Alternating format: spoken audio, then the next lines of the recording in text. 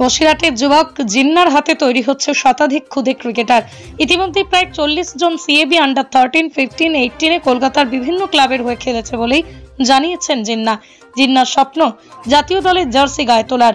ইতিমধ্যে সেই স্বপ্ন পূরণে নিজেকে নেট বোলার হিসেবে বিশ্বকাপ ও আইপিএল এর মঞ্চে মেলে ধরছে। তবুও লক্ষ্য একটাই, একদিন দেশের জার্সি গায়ে তেরাঙ্গা পতাকা ওড়ানো। সেই স্বপ্ন নিয়ে বসিরহাটের বিবিপুরের 21 বছরের যুবক জিন্না মণ্ডল নিজে পরিশ্রমের পাশাপাশি স্বপ্ন বীজ বুনে চলেছেন শিশু কিশোরদের মনে।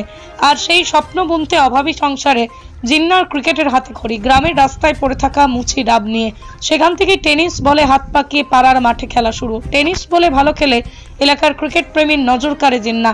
তারপরই কলকাতার কোচেরা দিতে থাকেন তাকে তালিম।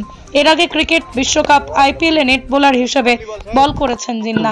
তবে জিন্না ক্রিকেট প্র্যাকটিসের পাশাপাশি বসিরহাটের বেগমপুর মাঠে খুদে ক্রিকেটারদের তালিম দিতে খুলেছে বিশেষ প্রশিক্ষণ কেন্দ্র।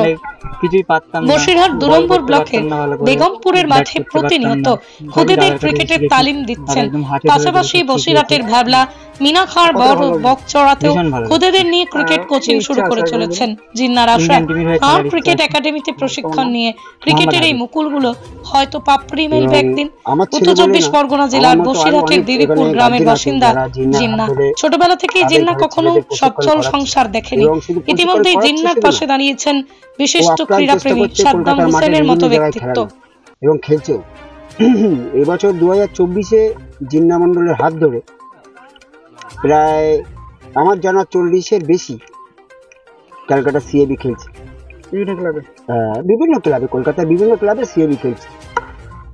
এবং এছাড়াও আরো অনেক ছেলেমেয়ে খেলছে যারা এখনো সিএবি খেলার মতো হয়নি, তারা রানিং এ আছে। আমার নাম ছোট্ট বিশ্বাস। ক্রিকেটার তৈরি হচ্ছে প্রায় শতাধিক, কি বলবেন?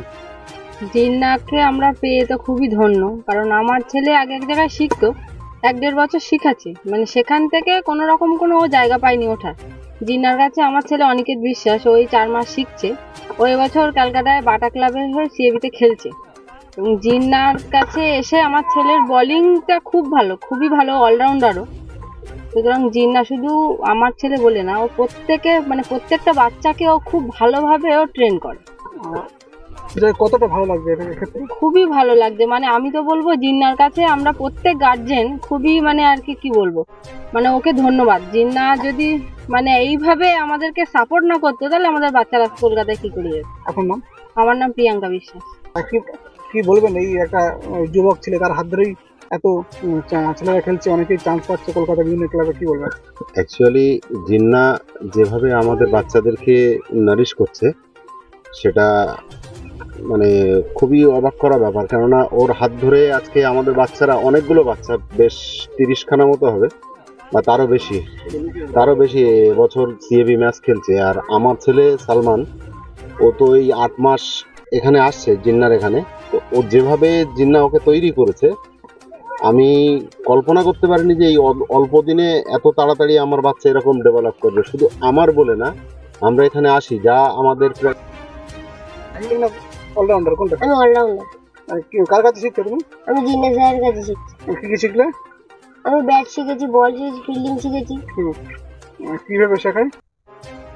বেশিরভাগ ম্যাচ খেলে শেখায়, তারপরে প্র্যাকটিসেও ফিল্ডিং দেয়, ব্যাট করায়, নকিং করায়, বোলিং ড্রিল করিয়ে শেখায়। আমরা ব্যাটসম্যানরা ব্যাট করে আর বলাররা বল করে ওদের ভুলগুলো ধরিয়ে দেয়, এইভাবে শেখায়।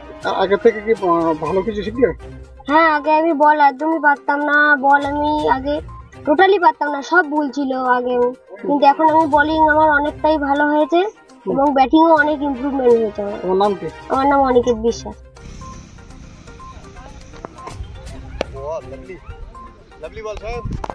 অলরাউন্ডার। কি শিখছো তুমি? জিন্না স্যারের কাছে। কি শিখছো? ক্রিকেট। কি শিখলে? আগে থেকে কি অনেক কিছু শিখলে? হ্যাঁ। কি শিখলে এখন? Batting, bowling,